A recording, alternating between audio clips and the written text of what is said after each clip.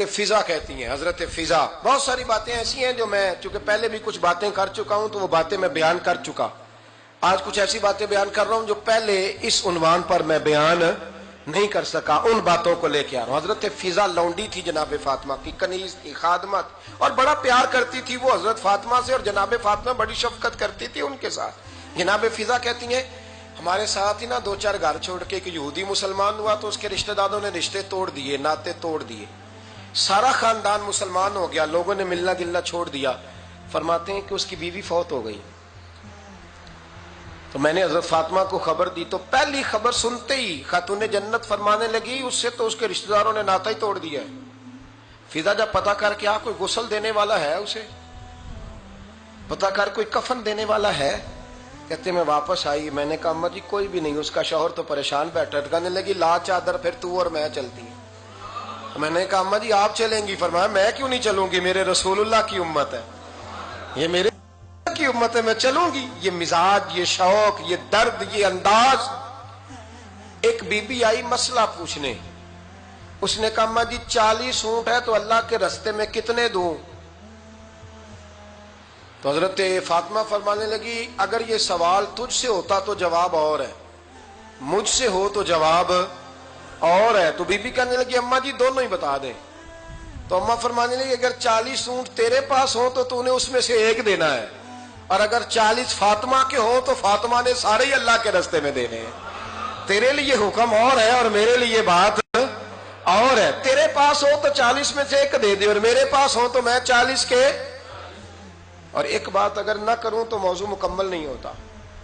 میرے نبی کریم علیہ السلام نے ایک دن صحابہ سے پوچھا بتاؤ بہترین عورت کون سی ہوتی ہے؟ کون ہوتی ہے؟ آکسفورڈ کی پڑھی ہوئی جی، پنجاب یونیورسٹی جس نے ایم فل کا مقالہ لکھا ہو، پی ایچ ڈی ہو جس نے پی ایچ ڈی کی ہو نمل یونیورسٹی سے، ایک کراچی یونیورسٹی کی ڈگری ہولڈر ہو، کہ باہر سے ایم بی بی ایس کر کے آئی ہو. کون افضل ہوتی ہے؟ کہ یا جو اچھی گفتگو کرے، نماز پڑھے، عبادت کرے، وہ افضل؟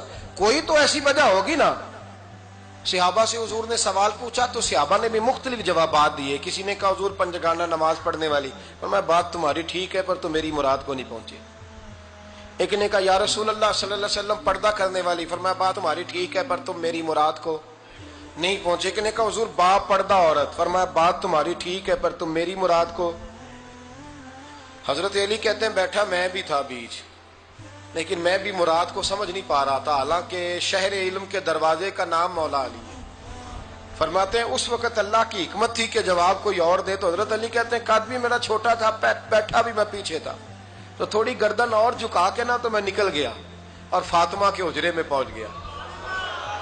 تو میں نے کہا فاطمہ حضور نے ایک سوال پوچھا ہے تو صحابہ جواب دے رہے ہیں پر حضور کہتے ہیں تم میری مراد کو نہیں پہنچے، ذرا جلدی سے جواب نہیں دیتی.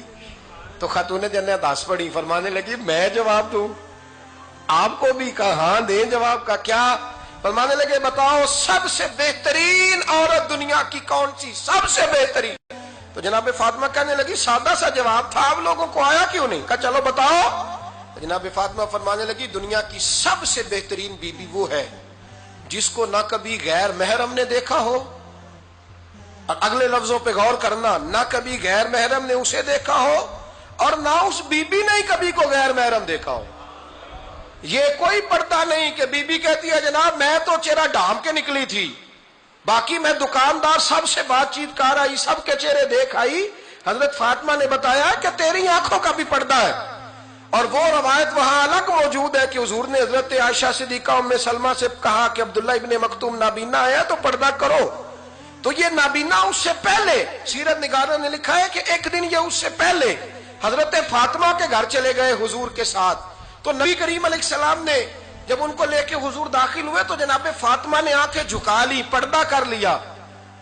تو حضور نے فرمایا بیٹی وہ تو نابینا ہے. تو عرض کرنے لگی حضور مجھے تو نظر آ رہا ہے نا. یعنی حضور نے جو ازواج کو کہا وہ بات کی. جناب فاطمہ کا جو انداز ہے وہ نرالا ہے. تو حضرت علی کہتے ہیں جناب فاطمہ نے جواب دیا کہ بہترین عورت وہ جس نے نہ کبھی غیر محرم دیکھا ہو اور نہ غیر محرم نے کبھی، وہ بی بی نے بھی کبھی غیر محرم بندہ نہ دیکھا ہو، دیکھا ہی نہ ہو اس نے. یہ پوائنٹ ذرا مشکل ہے، سمجھنے والا ہے. تو حضرت علی کہتے ہیں میں وہاں سے گردن جھکائی اور بیچ آ کے بیٹھ گیا. بات ابھی جاری تھی. حضور نے فرمایا آتا ہے کسی کو جواب؟ تو کہتے میں نے ہاتھ کھڑا کیا، میں نے کو حضور آتا ہے، تو حضور مسکرا پڑے، فرمایا چل بتا۔ میں نے عرض کی حضور بہترین عورت وہ ہے کہ نہ کبھی اسے غیر محرم نے دیکھا ہو، نہ اس نے کبھی غیر محرم دیکھا ہو۔ تو حضرت علی کہتے ہیں شاباش، مجھے ملنی چاہیے تھی نا۔ حضور مسکرا پڑے، کہنے لگے میں نے تو پہلے ہی کہا ہے فاطمہ تو بدعت منی، فاطمہ میرے جگر کا ٹکڑا ہے، میں نے تو بڑا پہلے کہہ دیا ہے۔ تو کہتے ہیں صحابہ میری طرف دیکھنے لگے کہ یہ تو تعریف فاطمہ کی ہونے لگ گئی ہے۔ تو میں نے کہا کیا کریں؟ اس محبوب کو بتایا ہے جس کے لیے اللہ نے کوئی پردہ رکھا ہی نہیں، سارے پردے کھول دیے۔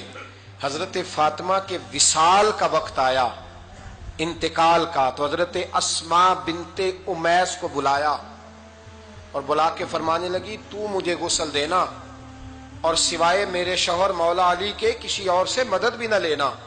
اور فرمانے لگی میں نے حبشہ کے بارے میں سنا ہے کہ وہاں جب بیویوں کا جنازہ اٹھتا تھا تو وہ لوگ چارپائی کے اوپر یوں کر کے، اس طرح کر کے لکڑیاں لگاتے تھے، نیچے باندھ لیتے تھے اور لکڑی میں لچک ہو تو اوپر جا کے پھر اس کو باندھ دیتے تھے تو پردہ بن جاتا تھا۔ فرمایا میں نے علی کو بتا دیا ہے، تمہیں بھی بتا رہی ہوں، جنازہ میرا رات کو اٹھانا اور لکڑیاں لگا کے نا تو اوپر پردہ کر لینا، میرے وجود پر پڑی ہوئی چادر پر بھی کسی کی نظر نہیں پڑنی چاہیے۔ رات کو جنازہ اٹھانا اور رات کو مجھے دفن کر دینا۔ مدینہ منورہ میں حضور کے وصال ظاہری کے 6 ماہ بعد جناب فاطمہ الزہرا کا جنازہ اٹھا تو مسجد نبوی شریف سے ایک شخص اپنی داڑھی آنسوؤں سے بھگوتا ہوا نکلا تو حضرت ابوبکر صدیق نے کھڑا کر کے پوچھا کیوں نبی پاک کے چچا عباس روتے کیوں ہو؟ حضرت عباس کہنے لگے پہلے حضور گئے تھے، اب نبی پاک کی تصویر بھی چلی گئی۔ کیا ہوا؟ کہ جناب فاطمہ کا وصال ہوا، پھر سے ایک دفعہ مدینے میں رات آئی، پھر سے شام ہوئی، پھر سے جنازہ اٹھا۔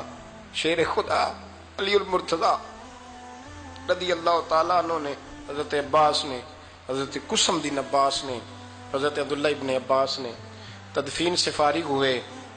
ایک روایت ہے کہ حضرت عباس نے جنازہ پڑھا اور ایک مستند روایت ہے کہ حضرت ابوبکر صدیق نے جنازہ پڑھایا، اور جب جنازہ پڑھا کر کے باہر نکلے تو حضرت علی شیر خدا کی آنکھوں میں آنسو تھے۔